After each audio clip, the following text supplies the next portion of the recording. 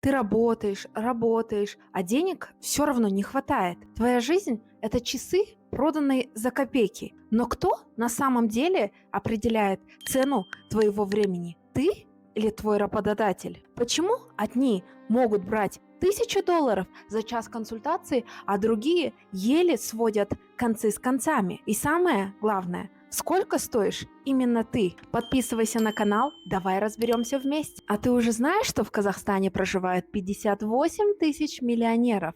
И вот, например, Вячеслав Ким, основной владелец Каспийбанка, его состояние в 2024 году оценивается в 5,8 миллиард долларов. Это 3 триллиона тенге. И самое шокирующее то, что обычному казахстанцу со средней зарплатой 390 тысяч тенге, примерно $800, накопить такое состояние, ему нужно работать без отдыха 600-309 тысяч лет. Но вот почему кто-то за секунду зарабатывает такие деньги, которые нам и не снились, а кто-то не может даже попросить повышения зарплаты, которые они заслужили. Вы пишете комментарии, спасибо вам большое. Я их читаю и на основе ваших комментариев и историй делаю новые ролики. Итак, марксизм, заработная плата и эксплуатация труда. Почему нам не доплачивают? Современная система заработных плат устроена так, что большая часть работников никогда не получают свою реальную стоимость труда. Чтобы понять, почему это так, давай разберем ключевые идеи экономической теории марксизма. Что такое прибавочная стоимость? Прибавочная стоимость – это разница между тем, сколько стоит твой труд, и тем, сколько тебе реально платят. Карл Маркс утверждал, что капиталист, работодатель, всегда забирает часть результата твоего труда, а тебе выплачивает только минимальную сумму, достаточную для выживания. Вот, например, ты работаешь на фабрике и изготавливаешь 10 пар обуви. Каждая пара обуви продается за 10 тысяч. И значит, ты создаешь 100 тысяч прибыли в день. Но твоя зарплата, допустим, 300 тысяч тенге в месяц, что означает 10 тысяч в день. Остальные 90 тысяч с твоего труда идут капиталисту. Работодатель платит тебе не за твой реальный труд, а столько, сколько ты согласен получать, чтобы не умереть с голоду. То есть, получается, заработная плата – это форма скрытого рабства. В марксистской теории зарплата не является реальной платой за труд, а представляет собой цену за выживание. Но почему так происходит? Если людям платить больше, они начнут работать меньше и задумываться о своей жизни. А если людям платить ровно столько, сколько они стоят, у бизнеса не будет прибыли. Поэтому задача капиталистов платить как можно меньше, но так, чтобы ты продолжал работать. Вот, например, ты работаешь по 8-12 часов в день, но твоя зарплата едва покрывает аренду квартиры, еду и транспорт. Почему? Потому что ты должен оставаться зависим от работы. А если у тебя будет финансовая свобода, ты уволишься и займешься чем-то полезным для себя. А чем беднее работник, тем больше он привязан к своему работодателю. Капитализм заставляет людей работать больше, но получать меньше. Маркс описывал две основные стратегии капиталистов, которые они используют для извлечения прибыли. Первая – абсолютно прибавочная стоимость. Это увеличение рабочего дня без повышения зарплаты. Например, в 19 веке рабочие трудились по 16 часов в день, чтобы заработать на еду. Сейчас по 8-12, но принцип тот же. Второе, относительная прибавочная стоимость – это когда повышение продуктивности без увеличения зарплаты. Например, внедрение технологий, которые позволяют работникам делать больше за тот же оклад.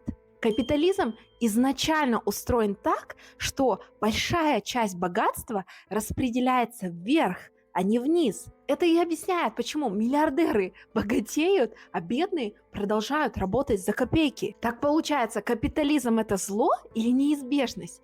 Почему?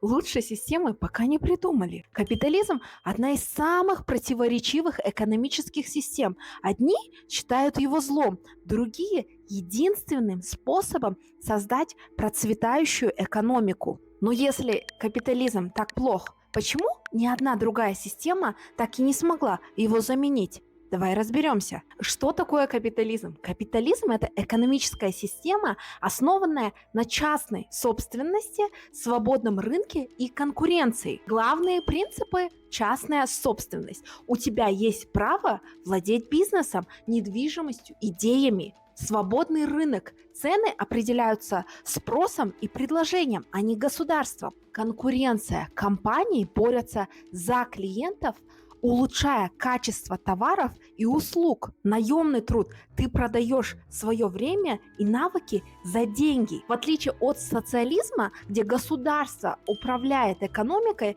капитализм дает людям свободу выбирать, где работать, сколько зарабатывать и как распоряжаться своими деньгами. В чем плюсы капитализма?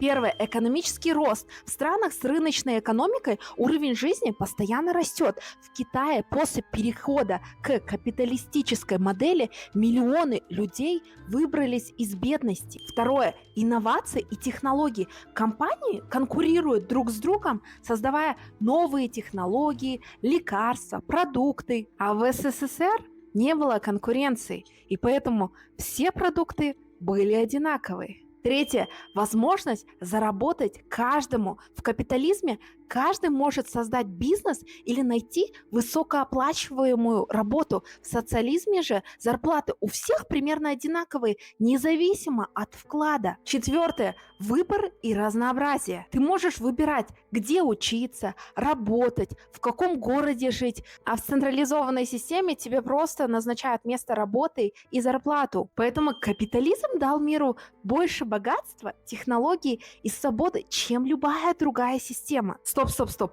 А что с минусами? Неравенство доходов. Одни становятся миллиардерами, а другие работают за копейки. Корпоративная эксплуатация. Компании стараются платить меньше и работать больше, чтобы увеличить прибыль. Рынок не всегда справедлив. Если у тебя нет востребованных навыков, ты остаешься за бортом. Почему учителя и врачи получают меньше, чем айтишники и блогеры? Потому что рынок оценивает востребованность, а не важность профессий. Капитализм несовершенен, но альтернативы пока не работают лучше. А вот в Советском Союзе было лучше. Тьфу на вас, капиталисты. Давайте вкратце разберем, почему социализм проиграл капитализму. Первое.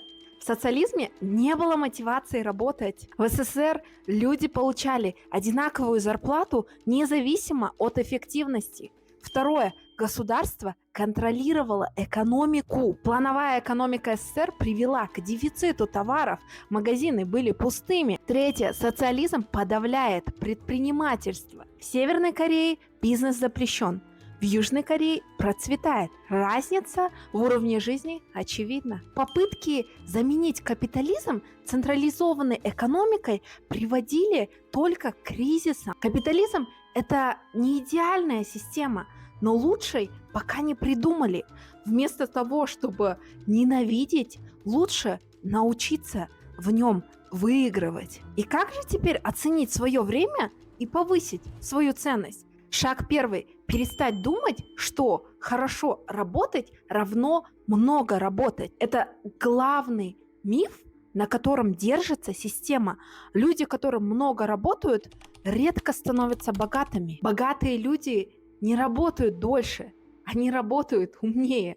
Они строят системы, которые работают без их участия. Шаг второй – определить свою рыночную стоимость. Ты стоишь ровно столько, сколько готов за тебя платить рынок. А как узнать свою цену?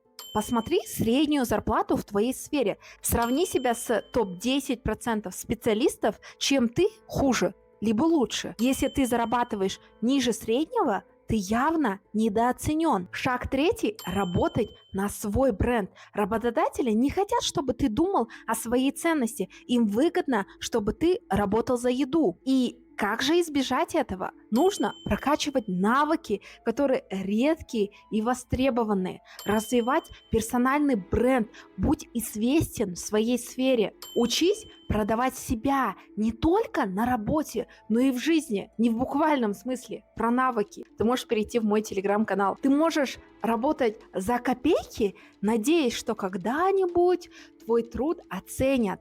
Или ты можешь понять свою ценность уже сегодня и начать брать за свое время достойные деньги. Что ты думаешь по этому поводу? Что еще не раскрыто в данном ролике? Давайте начинать обсуждение в комментариях.